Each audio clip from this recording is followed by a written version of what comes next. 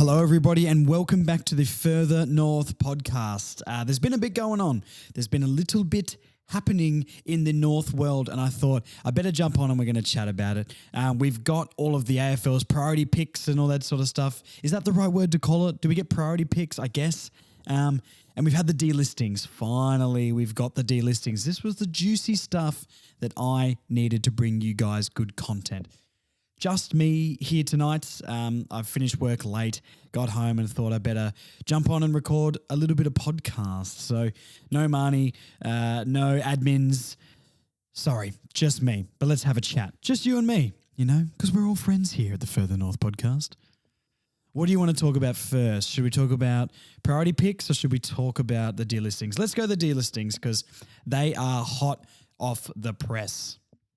Not as many delistings as I thought there would be. Only 4.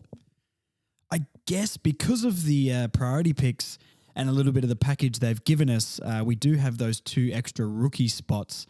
So I guess we don't have to cut as many people, but I kind of wanted to see some more go.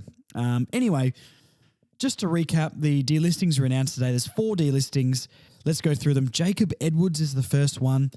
You could probably see that coming from a mile away. There was a part of me that thought he's probably young enough. Let's just give him another year in the 2s and see what happens, but never developed as the forward that he wanted to be or we wanted him to be. And I think they chucked him in the ruck a lot in the VFL and he just wasn't doing very much. So sucks he didn't work out. I like those tall key position players and obviously we have one good one and the rest I'm not too sure about, except for Griffin Logue, but, his knee's in bits. So, yeah, Jacob Edwards goes, not really a surprise. Flynn Perez was also announced. He's going to be seeing the door. I like this one. I do like this one. He really showed nothing for me, and I know that's harsh. I'm sure he's a ripping bloke, but I don't know. 2 knee reconstructions, it's harsh, it's tough, but he lost his pace. He wasn't a good kick. He just didn't really offer anything. I think I never saw anything from him that made me go, let's see what he can do. And the example I always go back to, a very recent example is Charlie Lazaro, where until round 23 or 24 or whatever it was, I really never saw anything from him. I know his VFL form was good, but then he showed me what he can do at AFL level. It just takes one game to give me a glimpse to be like, now that's the bar. That's what you have to get to. Flynn Perez never showed anything like that for me. So I'm pretty glad we've moved on from Flynn, especially if we are going after some wingers/halfbacks. We've got McDonald and Bergman and Goda and all those sort of guys. I think it's time to move on from Perez. Unlucky because of his 2 ACL injuries, so I do sympathise with him for that. But this is the AFL, and it's a bit of a cutthroat industry. The next one is Phoenix Spicer. Am I upset I'll never get to say his name again? Yes. But I think getting Robert Hansen, even though he didn't show too much, I still think there's a lot more potential there. We kind of know what Phoenix Spicer is at this point. Just really small and he's quick and he had these flashes that, wow, imagine if he could have put some finishing touch or some polish on that and it never really came, did it? So not quite good enough. And if we are about to move into an era where we do want to be looking at finals and all that sort of stuff coming up, he's probably not going to be part of it. So that one makes a lot of sense for me, especially if we are going to go to the draft or, free agency and trades for another small forward.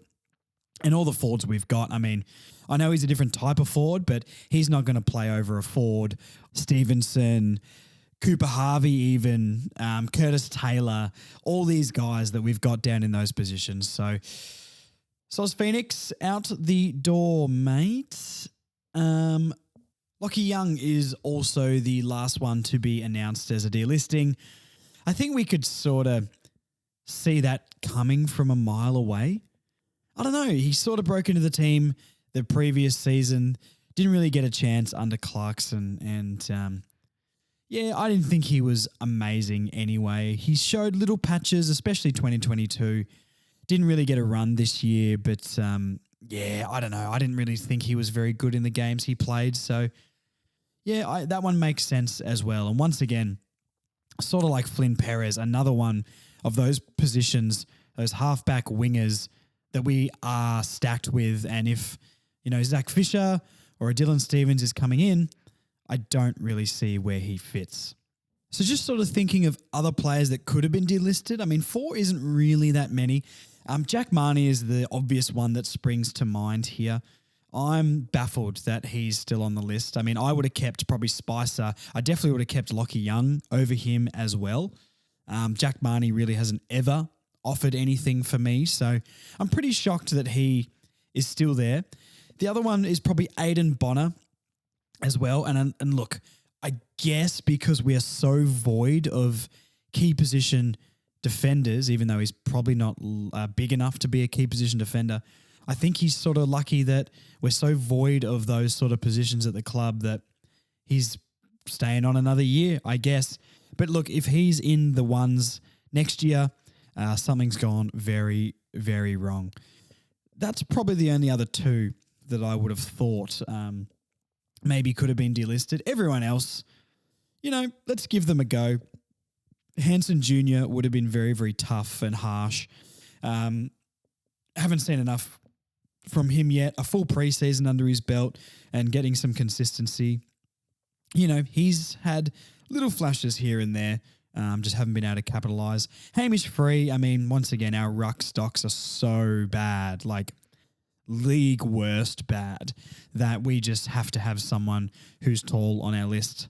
I guess he did get injured and didn't really get to see much from him as well. Just looking through the rest of the list here, there's not really anyone else who you could even put in there.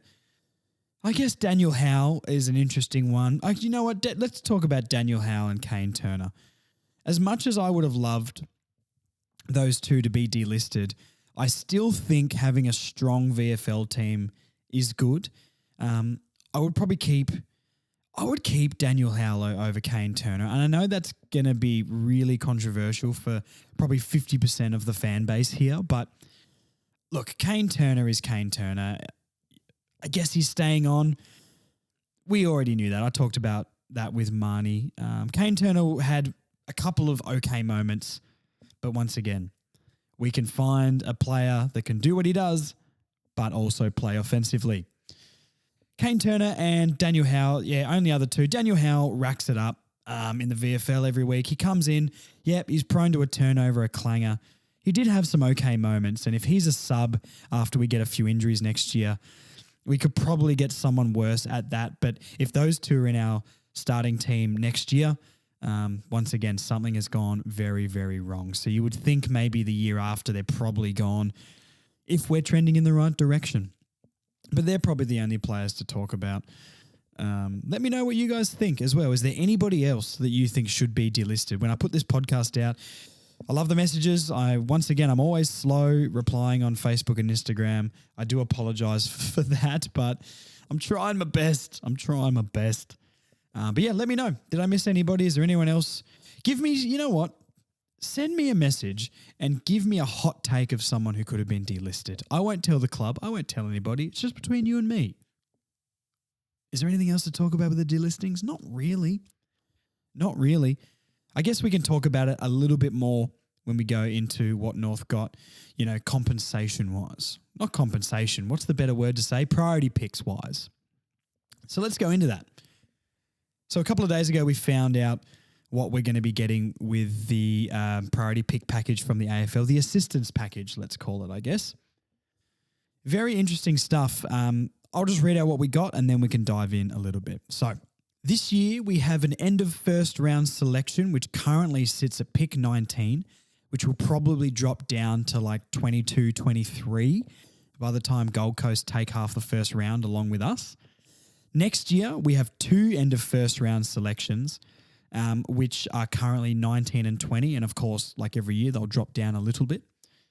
The catch with those picks is that, how did they phrase this? They're up for review, basically. So those 2 end of first round picks for 2024 are under review, which I assume means if we're good next year, they'll take them away or put them in the 2nd or 3rd round or something like that. But we can trade those 2nd those first round picks for 2024 this season, which surely is what we're going to do. And then the continuation of the club's ability to have 2 additional rookie list spots in season 2024. So just like the year we had this year with that, we get 2 extra rookie spots, which personally don't care and doesn't matter and doesn't do anything. Maybe technically it could, but if we're using the 2 players at the end of the list, once again, we've been decimated by injuries. So I don't really think that moves the needle at all. But the picks do, and the picks are interesting. So at the moment, we hold pick 2, 14 and 19 in the draft this year. Ben Mackay compensation, I'm assuming is going to happen at number 3. Not confirmed yet, but it's looking pretty likely. So let's assume we've got pick 2, 3, 14 and 19. Now, as we've all seen as North Melbourne fans, when this assistance package was announced, every other fan got on their high horse and really ripped us to shreds in the comments. Did I comment on a few, clapping back? Absolutely.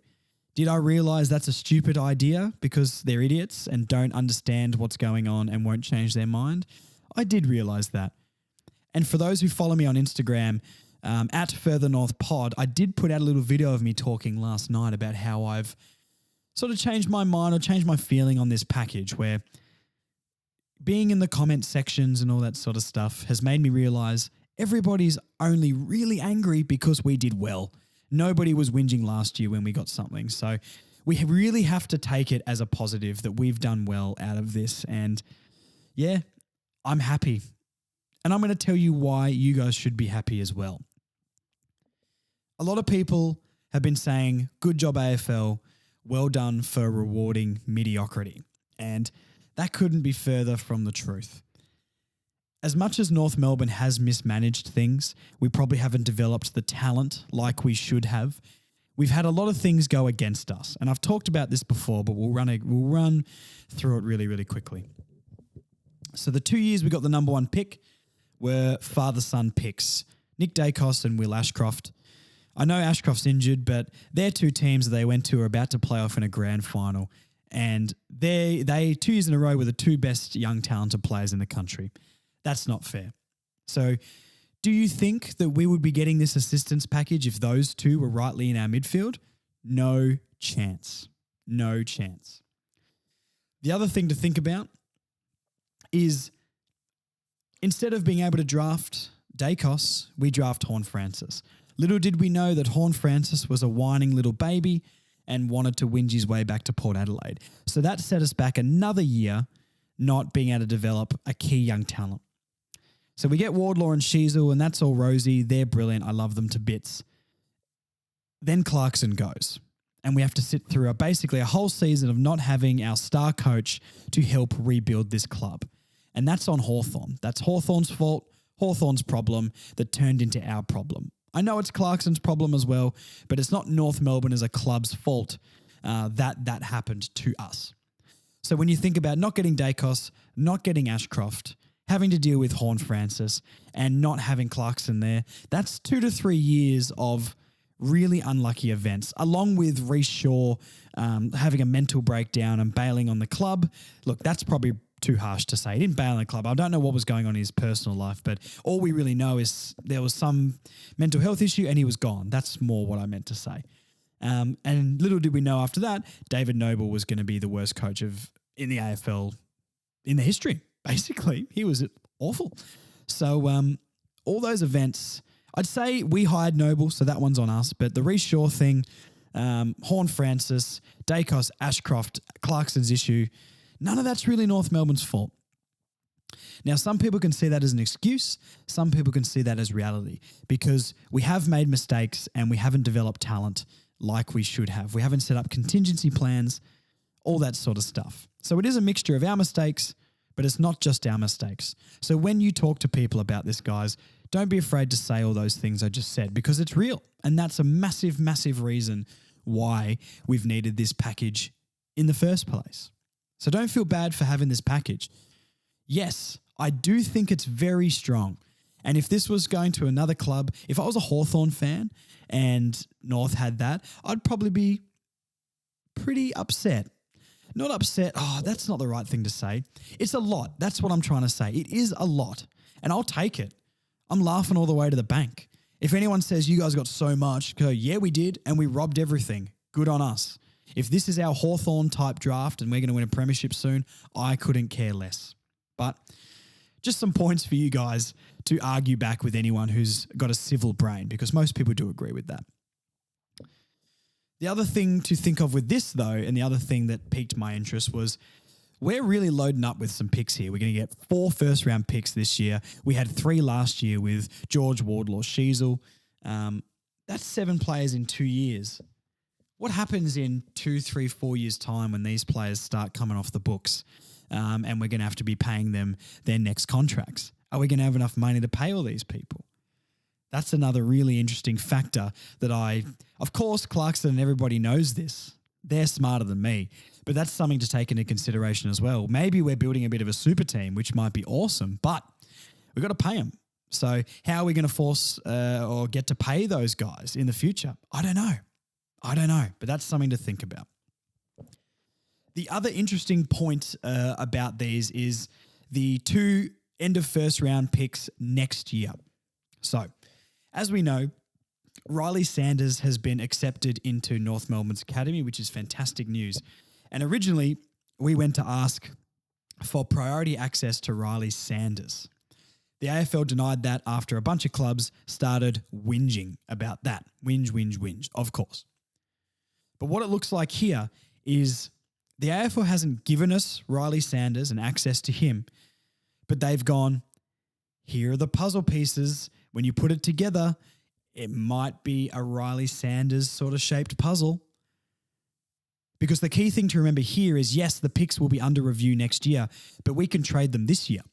So if we trade them to a different club or 2 different clubs, we'll get points, I assume. I don't really know how this points thing works exactly, but I know we need a certain amount of points to be able to draft Riley Sanders, and basically when another team bids on him from our academy and they go to draft him, which I'm assuming we'll trade the picks, get the points, and maybe pick him up at pick 14 when someone else bids on him. Just like we did with Ashcroft. We bidded on Ashcroft the year before, and Brisbane had enough points and they drafted him, and then we got to draft Sheasel and Wardlaw, which turned out great because their knees are still intact. Just some banter. I know that's mean. So that's the interesting thing. So that makes me really confident that we are going to get Riley Sanders. The other part of that is if we draft another mid, McKercher or Harley Reid, and then get Sanders, I'm not going to be happy because we need key positions, and a guy like Nick Watson down forward would be fantastic, like another really small crumbing forward. But this is a topic for another draft. So that's the interesting thing for me with the 2 end of first round picks next year.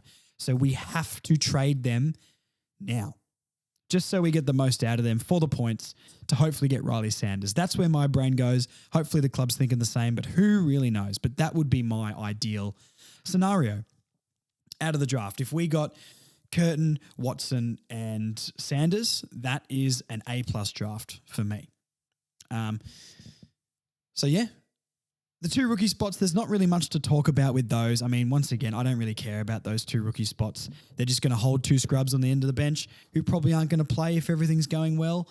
We're probably just going to get another Phoenix Spicer or another, Jacob Edwards. So who really cares about those? But that's a quick review of the assistance package, guys. Don't let people make you feel bad for having this assistance package with North. There's so many scenarios that other teams have got this sort of stuff as well. I found out today that Scott Pendlebury was actually an assistance pick from the AFL back in 2004.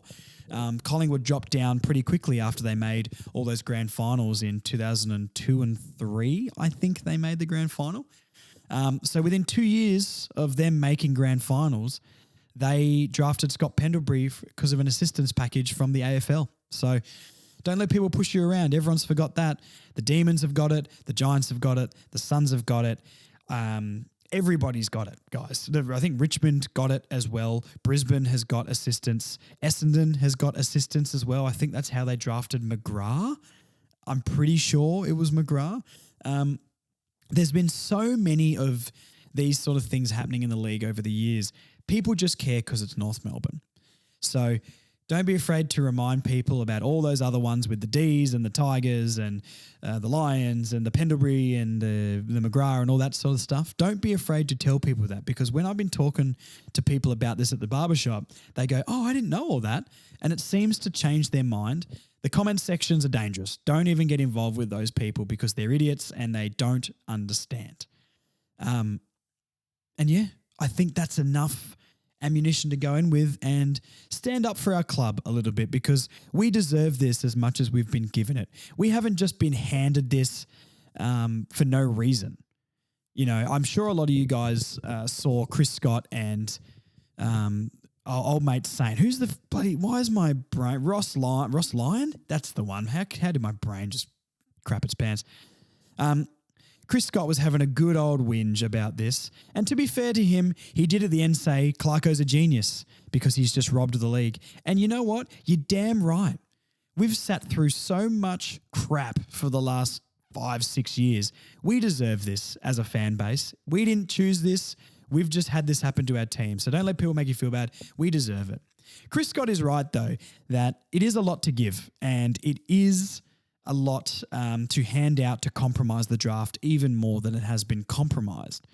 One of the things I really, really like that they've done this year is extend the rookie contracts from 2 to 3 years. It should be 4 for me, though. It needs to be longer. This will help promote interstate kids staying at their clubs, which is an epidemic that's really starting now. And I'm kind of sick of, you know, as an example, West Coast should not even be considering not drafting Harley Reid. They're the worst team in the league.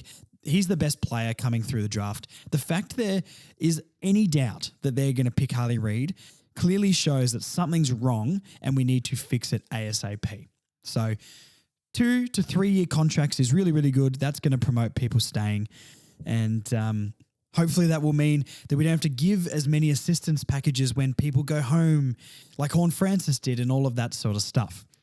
He did ask Ross Lyon as well and say, you guys didn't get anything when you were at the bottom of the ladder for a couple of years, because it was only a couple of years, Mr. Scott, and they just came off a grand final appearance. So that your argument is already flawed. It's already irrelevant because you haven't thought about what you're saying. The other thing that they said as well is that St Kilda didn't even apply for the assistance package. So that's on St Kilda. Don't come back and blame North for that. That's ridiculous. So anyway, I do agree with a couple of things Chris Scott said, but he whinges, and it's the ultimate place of privilege, isn't it? Getting handed the keys to a Ferrari for your first ever car from Mark Thompson and only missing the finals, twice now in 15 years or whatever it is, or however long he's 12 years, whatever he's coached for. So look, I don't want to be one of those woke people, but check your privilege, Chris Scott. You don't understand what it's like to be down here, mate. So I'm sure if Geelong weren't getting fed their academy picks for fun and manipulating the draft themselves to get pick 8 last year, they would be doing exactly the same thing. So there's a little message to Chris Scott. But I think that's really all that's been said to say on this, guys. Sorry. Yeah, I do think it's a strong package. I do think it's probably too much if I'm looking at it from a non-North Melbourne perspective. But I'm a biased fan. All those points I raised before are true. And even though I do think it's maybe a lot and I wouldn't want to see that handed out year after year after year to compromise the draft, I don't care. It's North. We deserve it. We've been through a lot. Let's make a super team and start our own dynasty. So go us, to be honest. Other than that, guys, I think that's probably about it. Got some free agency stuff coming up, hopefully in the next week or so. And hopefully there's some juicy trades and things to talk about. But yeah, I thought I'd just jump on here really quickly and talk about the delistings and the compensation package. So thank you for listening. Once again, I need to edit this, get this out for you guys to listen to tomorrow morning. Thank you so much for engaging with everything as well. Further North Podcast on Facebook, Further North Pod on Instagram. Please share this podcast with your friends, guys. I really want to start growing it even more. I can't believe the community I've already made on here, and I really do appreciate it. So if you know any North people who don't listen, please share it out, give it to them, talk about it, tell your mates. And just to promote the barbershop one more time, I've got a bunch of you listeners coming into the barbershop now, and we talk North every single time while you're getting a good haircut. So Black and Brown Barbershop in Mitcham. You can book it online, request me, Josh, and write in the comments you're a Further North podcast listener, and we can chat North for a little bit. So to those guys who have come in to see me, thank you so much. I genuinely do appreciate it. I love the chats about North, and for the future clients, you're missing out, guys. Sweet haircut, North chat. You don't get that at many barbershops. Come on. All right, I'm done. Thank you, guys. I'll talk to you within the week. Stay safe. Go Brisbane for the weekend as well. And let's rob this league in a few years. See you guys.